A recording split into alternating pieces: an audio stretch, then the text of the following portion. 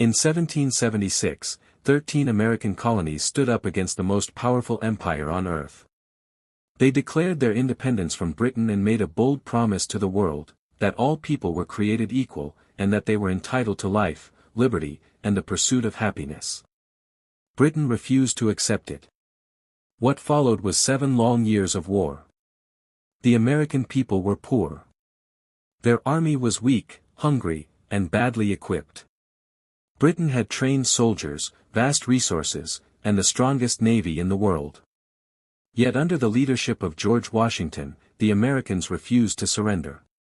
In 1781, at Yorktown, the British Army finally laid down its weapons. 2 years later, in 1783, the Treaty of Paris recognized the United States of America as an independent nation. America was free from foreign rule. But freedom was incomplete. Because while the nation celebrated liberty, millions of people living within its borders were still enslaved. Slavery had existed long before independence, and after freedom from Britain, it continued to grow. In the northern states, some began to abolish it, believing slavery betrayed the nation's ideals. In the southern states, slavery expanded rapidly, fueled by cotton plantations, profit, and cruel laws. The country became divided, half free and half slave. Each year, the tension deepened. Compromises delayed conflict, but never resolved it. Beneath the surface, the nation was slowly tearing itself apart. It was into this young, divided, and troubled nation that a child was born. On February 12, 1809, in a small one-room log cabin in Kentucky, a boy entered the world with nothing waiting for him but hardship. No wealth. No privilege. No connections. His name was Abraham Lincoln. He was born to Thomas Lincoln, a struggling farmer and carpenter, and Nancy Hanks Lincoln, a gentlewoman known for her kindness and quiet strength. Their home had dirt floors, no glass windows, and little comfort. Life was not about dreams. It was about survival. Food came from hunting and farming. Clothes were handmade from rough cloth. Every day required hard labor. Childhood was short, and responsibility came early. When Abraham was just 9 years old, tragedy struck. His mother became sick and died from milk sickness, a disease caused by poisoned milk. Her death shattered him. The loss carved a permanent wound into his heart. He would later say that everything good he ever was, he owed to his mother. Her passing left him withdrawn, thoughtful, and deeply sensitive to suffering. Yet even in grief, something powerful lived inside the boy, a hunger for knowledge. Schools were rare on the frontier. Sometimes a wandering teacher would arrive and teach lessons in a cabin or barn for a few weeks before moving on. In total, Abraham Lincoln received less than 1 year of formal education in his entire life. The rest of his childhood was spent working in the fields, splitting logs, plowing land, and helping his family survive. But at night, by firelight, he read. He borrowed books whenever he could. He read the Bible, Aesop's fables, history, poetry, and law. When he had no paper, he wrote on wooden boards. Slowly, patiently, he taught himself. After his mother's death, his father remarried. His stepmother, Sarah Bush Johnston, brought warmth back into the family. She encouraged Abraham's love for reading and believed in him when few others did. While many saw only a poor farm boy destined for a hard life, she saw potential. Her support gave him confidence and hope. The family moved from Kentucky to Indiana and later to Illinois, always searching for better land and opportunity. Wherever they went, Abraham worked relentlessly.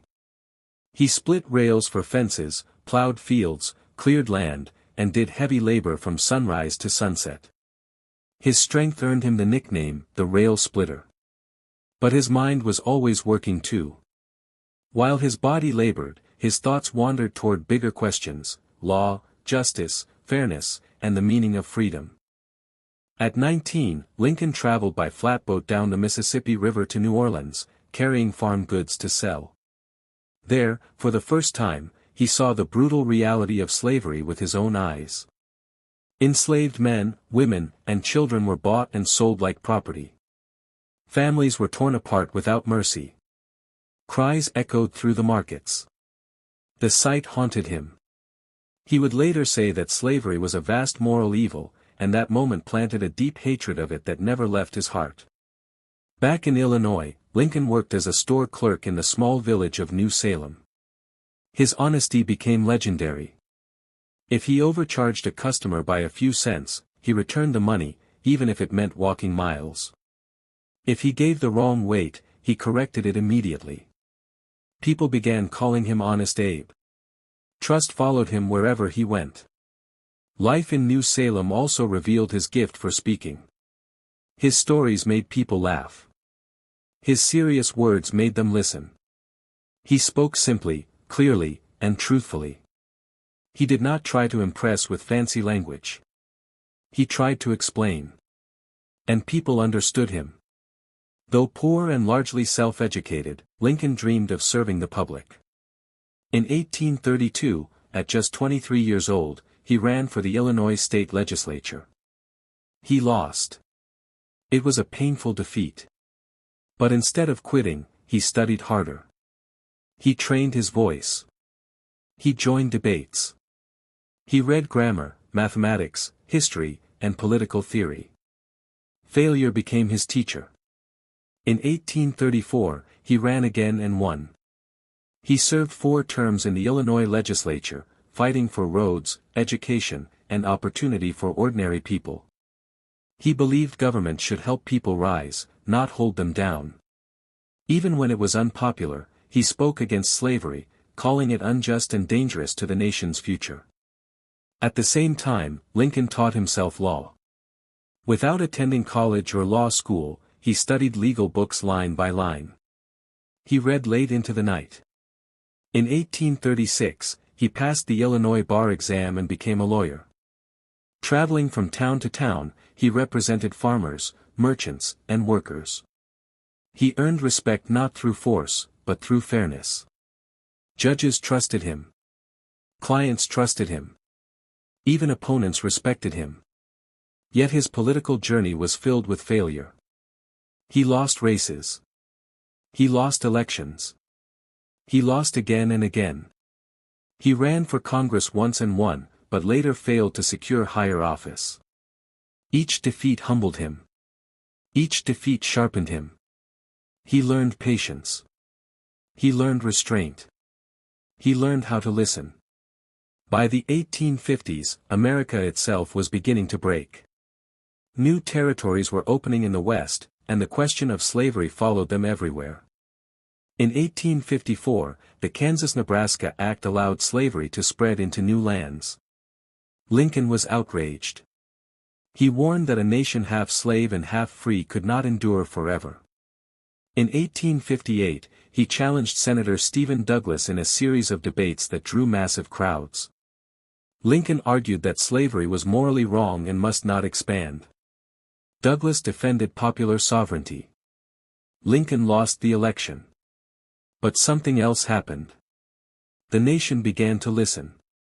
2 years later, in 1860, Abraham Lincoln was elected the 16th President of the United States. Southern states refused to accept him. One by one, they seceded from the Union.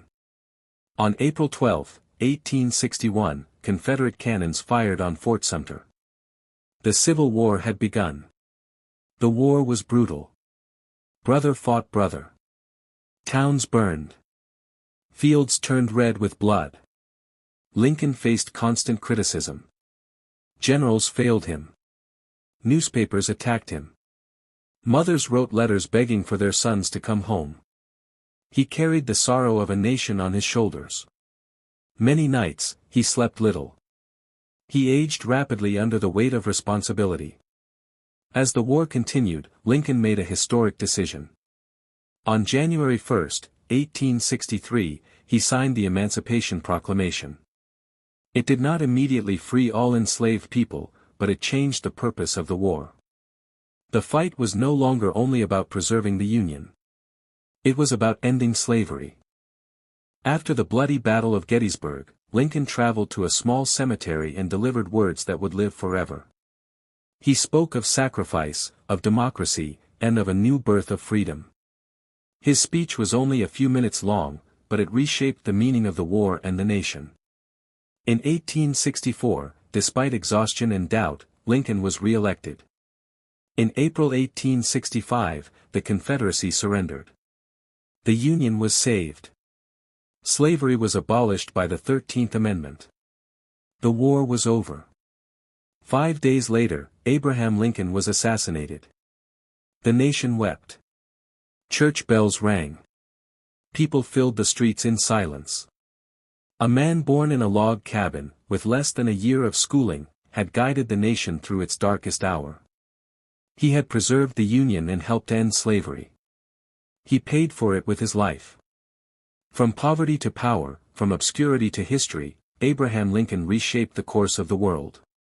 He proved that leadership does not come from wealth or privilege, but from character. That perseverance matters. That moral courage can bend history. His words still echo. Government of the people, by the people, for the people, shall not perish from the earth. And if this story moved you, don't let it end here. Like this video, share it with someone who believes in freedom, and subscribe for more powerful stories of leaders, struggles, and moments that shaped our world. Because history is not just something we remember. It is something we learn from. And something we carry forward.